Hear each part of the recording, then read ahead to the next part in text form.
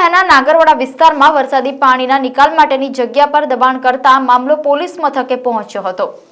વડોદરા શહેરના નાગરવાડામાં આવેલા પટેલવાડી 4 રસ્તા પાસે છેલ્લા ઘણા વર્ષોથી રહેતા યુસુફ ભીખુભાઈ સાહેલિયા આજરોજ તેઓના મકાનના સમારકામ માટે મકાનની બાજુમાં આવેલ વરસાદી પાણીના નિકાલની જગ્યામાં બાજુમાં રહેતા મુસ્તાક સૈયદ દ્વારા ગેરકાયદેસર અડીંગો જમાવેલો હતો। છેલ્લા 3 મહિનાથી ગેરકાયદેસર દબાણની રજૂઆત પાલિકાની વડી કચેરીએ કરી હતી, છતાં પણ કોઈ નિરાકરણ ન આવતા આજરોજ તેઓ પોતાના મકાનનું પ્લાસ્ટર સમારકામ કરતા કામદારોને મુસ્તાક સૈયદ દ્વારા અટકાવવામાં આવ્યા હતા અને ઉગ્ર બોલાચાલી અને જાનથી મારી નાખવાની ધમકી આપવામાં આવી હતી, જે લઈને કારેલીબાગ પોલીસ મથકમાં ફરિયાદ કરવામાં આવી હતી। ઉલ્લેખનીય છે કે આ જગ્યા સહિયારી હોવાથી ત્યાં કોઈપણ પ્રકારની માલિકી ન કરી શકે, ત્યારે મુસ્તાક સૈયદ દ્વારા ત્યાં ગેરકાયદેસર કાટમાળ નાખી જગ્યા બંધ કરવામાં આવી હતી।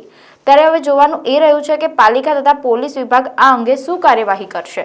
હું નાગરવાડા યુસુફ ભીખુભાઈ સાહેલિયાનો રેવા નાગરવાડામાં રહું છું અને મારી દુકાન 4 રસ્તા પટેલવાડી 4 રસ્તા આપણે વિશાલ ઓટોમોબાઈલ્સની બાજુમાં છે અને મારું મકાન બની રહ્યું છે। પાછળ મારે પ્લાસ્ટર મારવાનું છે, બાજુમાં કોમન સરકારી જગ્યા છે અને ત્યાંથી અમને આવવા જવાનો રસ્તો બંધ કરી દીધેલ છે અને મને મારા માણસોને જ્યારે સાફ સફાઈ કરતા હતા તો એને મારી નાખવાની ધમકી આપી, હાથ પગ તોડવાની ધમકી આપે છે અને ચાલવા દેતા નથી।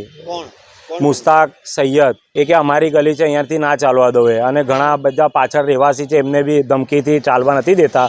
મારે તો ચાલવાનું ચાલુ જ હતું 1 વર્ષથી, પણ અચાનક કોઈની દબાવણીમાં આવીને એણે મલબો નાખી દીધો, કચરા પેટી કરી દીધી અને અમે પ્લાસ્ટર કરવા માટે સાફ સફાઈ કરતા હતા તો મારા માણસોને કે જે દંડો લઈને આવીને કે તમારા હાથ પગ તોડી નાખીશ, મારી નાખીશ એવી ધમકી આપે છે। આ મારે જ્યારથી મેં મકાન લીધું છે ત્યારથી આ લોકોની તકલીફ તો ચાલુ જ છે। ત્યારથી રસ્તો ચાલુ હતો પણ હમણાં 3 મહિનાથી આ લોકોએ રસ્તો બંધ કરી દીધેલ છે।